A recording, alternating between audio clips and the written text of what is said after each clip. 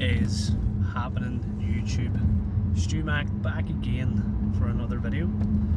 It is Tuesday the 6th of February and we are not on the way to the gym because it's only 1:30 in the afternoon and normally I'd be working at 1:30. In fact, technically I am working, but as I mentioned in the previous video, I've started a new job this week, but it's very slow. We don't officially have things to do until next week, so this week is a relatively quiet week for me and I'm going to take advantage of it. My car is absolutely disgusting, so I'm going to go get it cleaned, and before that we're going to stop off at my favourite coffee place. If you don't know, you haven't watched my previous videos, it's Tim Hortons. Tim Hortons is the most superior drive-through coffee spot in Belfast. If you disagree, you're wrong, you're stupid, and please take yourself off my video. I joke, please don't. Like, comment and subscribe. But you're wrong. So other than that, not much has been going on in the last week. A haircut, we trimmed our beard. We have trained at the new gym, which I mentioned before, the JD Sports Gym now, for almost a week. So I have got good use of the new facilities, the different variations of machines, and I have to say I am impressed. I've enjoyed it very much. I think the atmosphere is nicer. The variation of machines has been refreshing, and overall we have got some solid pumps whilst being there, and I'm going to retain the membership. I intend on going there as my primary gym, and I'll keep the Pure Gym membership as an overflow.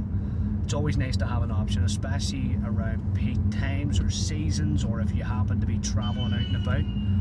Plus the fact that my Pure Gym membership gives me access to every Pure Gym in the UK, so if I happen to be travelling across the water from Northern Ireland, I'm still able to access the gym without having to pay for a day pass.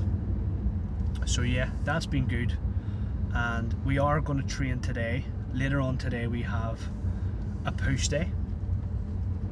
I intend on still playing around with a couple of new machines which I got a bit of use out of on the previous session, but not enough to determine whether it's going to be a solid part of my push routines.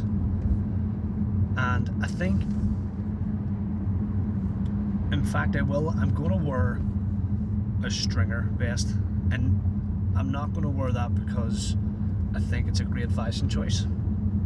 I'm going to do it because I want to be transparent about my physique at present, because it's not at the best it's ever been. It's not in terrible order, but it's in that middle phase of getting a wee bit too bulky around the wrong areas and still having a certain level of leanness, if that makes any sense whatsoever. But I'll wear that just to give you an idea of how we're looking without physically having to take my top off, because it's a new gym and I don't fancy doing that in the middle of a new gym. Now we're just turning around into Big Timmy's.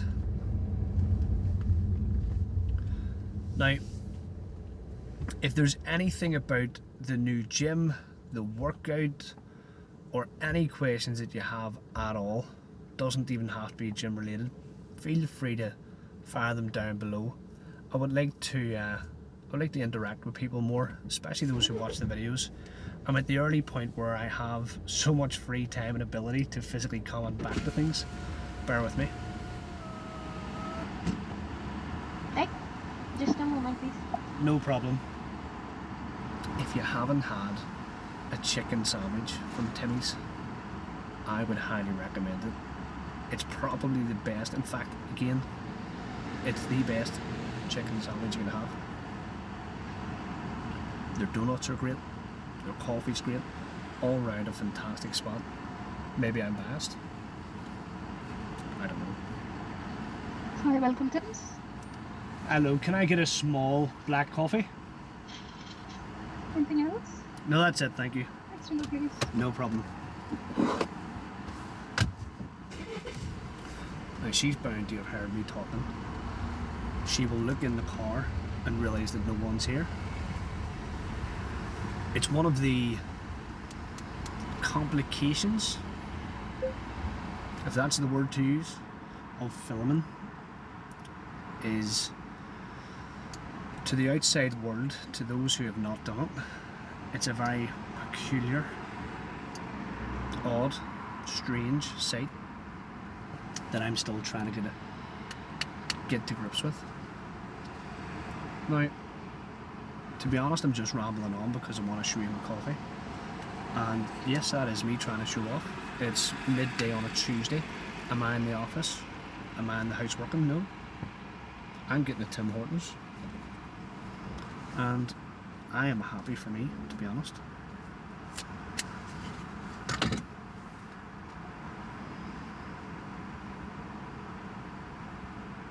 Don't you just hate when you have to wait for others? Especially when you're gagging for your coffee.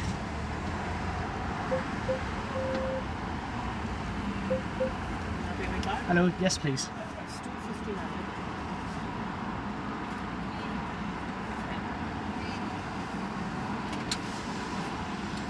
Thanks. Have a great day.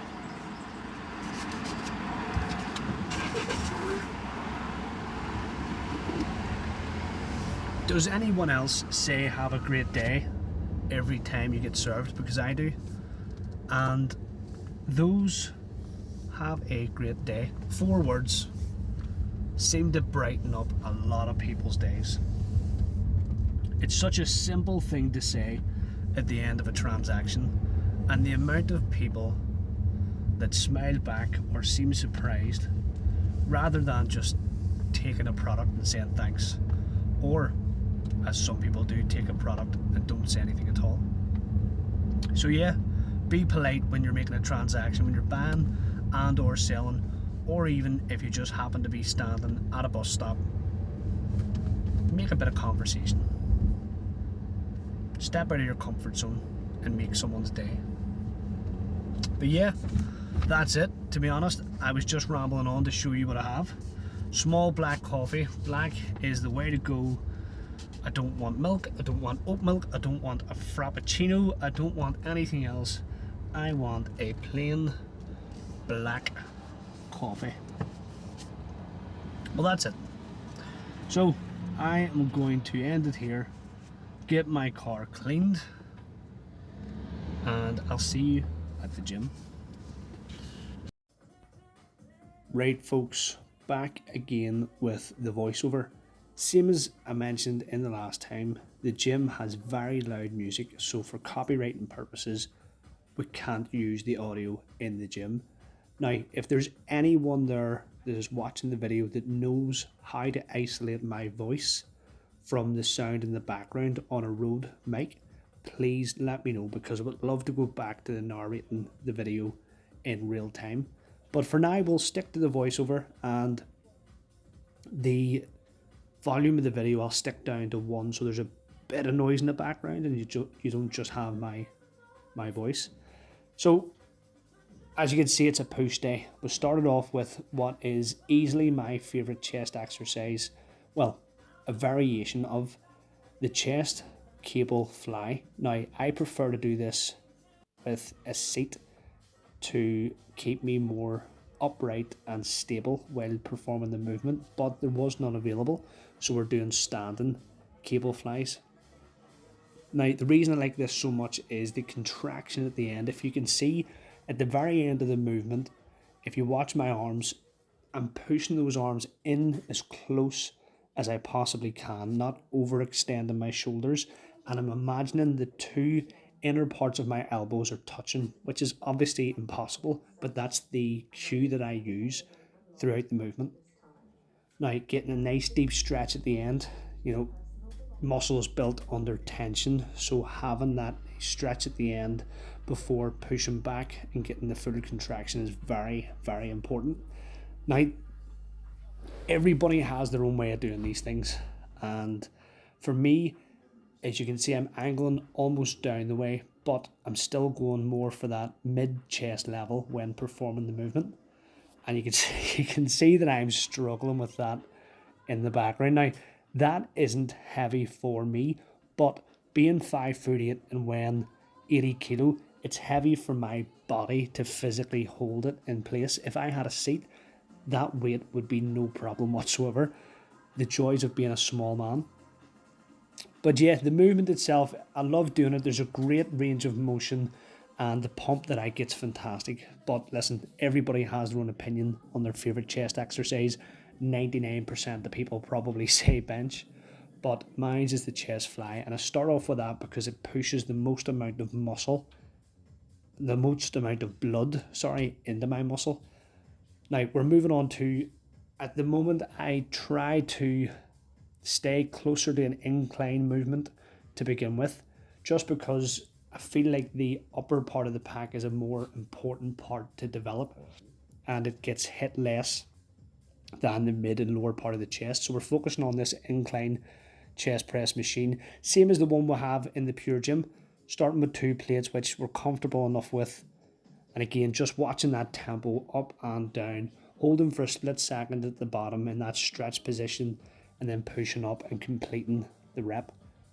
Now, the second set we went up to 3 plates, which, listen, we performed with the right amount of tempo and form. There wasn't too much struggling, so the weight was fine in terms of how heavy it is and not pushing too heavy to the point where we're not utilising the set enough.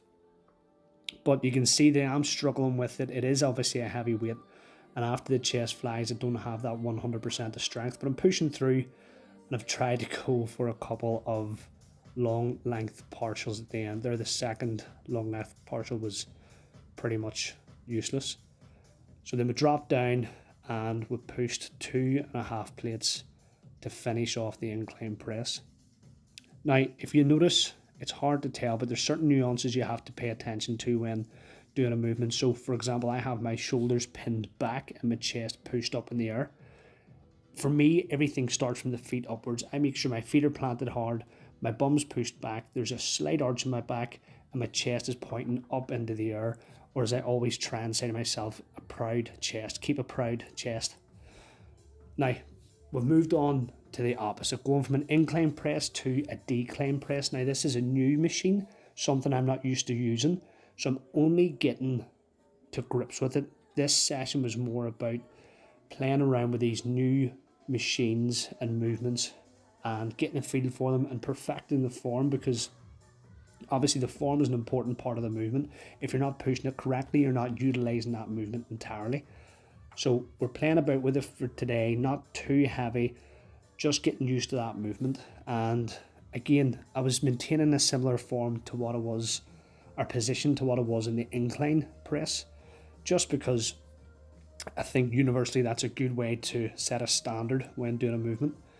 Now, as I mentioned before hitting the gym, we're going to wear a stringer today to get a bit of a feel for where we're at physique wise in terms of the upper body without having to physically go topless, because in this new gym I didn't really want to. But we're not looking too bad. We do have obviously a bit of a pump here now, which helps, but it's sort of, I'm at a point now where there's a bit of softness, a bit of roundness, and the muscles are feeling a bit flatter than what normally would. But at the same time, there's a certain level of vascularity that I have in and around the delts and the forearms. I hold most of my fat around my midsection and lower chest, so whenever I'm wearing a t-shirt, I look a lot leaner than I am. So it's nice to have examples of when I'm not wearing a t-shirt and I have a stringer on to remind myself that there's a bit of work that has to be done. Now you can see that I changed the position of my hands midway through that set, and that's just because I'm trying to find out what's most comfortable for me. Do I prefer a wide grip? Do I prefer a close grip? And somewhere in the middle is where I ended up. Now, Moving on to another exercise that I love, that I think is underutilized by people, the incline Smith bench. Now, the Smith in particular, because it takes away the necessity of having to worry about the balance of the bar and focus on the movement. Some people don't like the straight path, but for me, I feel I get a better pump from the straight path. I have more control, and overall, I favour this over a typical bench press compared to the non-Smith. Now, we've done 3 sets of every exercise to this point. This is the second set of the incline Smith. Now, obviously, the strength wasn't there because there's 2 plates on this, and normally I can go for a full set. But you'll see here, the first one I struggled with, and that was me done. I knew fine rightly that I might get one more out, but it was a waste of energy to push that out. I'm not utilising the exercise for the purpose of muscle building. It would have just been an ego thing to try and finish off that movement. So I cut my losses, and I think it's important to keep yourself in check when you have a certain goal in mind. So I dropped down to a plate and a half. We reset, again, proud chest, feet planted in the ground. We started again, 1, 2, look at that tempo. The eccentrics going down 3 seconds, push up 2 seconds, maintaining form the entire time, keeping the bum down and going for a full set. Now here we go, trying to finish this off strong. I think we might have one more in us. We do. Bam. Bit of a struggle there at the end. But listen, you just cry out, you push harder. It's either push it up or let it rest in your chest, so you have the choice. Now, this is another movement that I was excited to use because the other Pure Gym, in fact, I've never used this before anywhere, and I've trained in multiple gyms in different parts of the world. It's the first time I've had the chance to use this. A flat plate-loaded chest press machine. If you notice, the handles sort of come inwards as you go up, mimicking that what you would on a typical dumbbell chest press. Very, very nice contraction at the end. And the position of the elbows and the way down, that eccentric, that last part, that lengthened part of the movement, there's a lovely stretch there. So this is something I think will be a staple in my push days, the chest dominated push days anyway. And we're just working out the weight. We weren't too sure what weight would be applicable for me. So it's a plate and a half, which went relatively well. That's not bad lighting there, you know. I looked all right. So same again, same weight, we didn't go up just for the purposes of getting used to the movement. But the tempo on this one, although at the start, as you'll see, is perfectly fine, I start to push out the reps a bit faster at the end because I understand that the weight at this point is taxing me a bit more than what I expected. So I wanted to get a full set rather than focusing on, half a set with a slower tempo. So I pushed through it, done a couple of partials at the end, and that was that. Now, with the end of every push day, making sure we get the smaller muscles in, so the triceps in this case. Now, I did do 2 sets of the rope push down, but I did 3 in fact, but I'm only going to show 2 because the camera fell over when I was filming for the first one. But on this movement, again, everybody has their own preference. For me, I like to hinge my bum back a wee bit, lean over the cable ever so slightly, but when you look at the path of the rope, it's almost a straight down. My arm is going straight down and below me. I'm not pulling back too far, or I'm not pushing in front of me. I'm going for a straight path down, and for me, that's where I get the most activation. The lights on top of me don't exactly help right now, but if you look closely, you can see the tricep activation there was, well, for me, was fantastic. So this is the last set. We sort of pumped out a couple of reps toward the end. You can see that I do begin to struggle, and I have leaned over it ever so slightly more, utilising my body weight to help me finish off that set. And then to finish off the whole session, this again is something entirely new to me. It's, again, I didn't really get the name of it, a unilateral tricep push down. I don't know, they're independently operated, the left and right arm. They're plate loaded, and it's similar to what you would have in like a dip machine, but a different position. In fact, it was quite a difficult position to get used to. I don't know if that's a posture issue for me or the machine itself. But for now, that's us done. So please like, comment, subscribe, and I'll see you in the next one.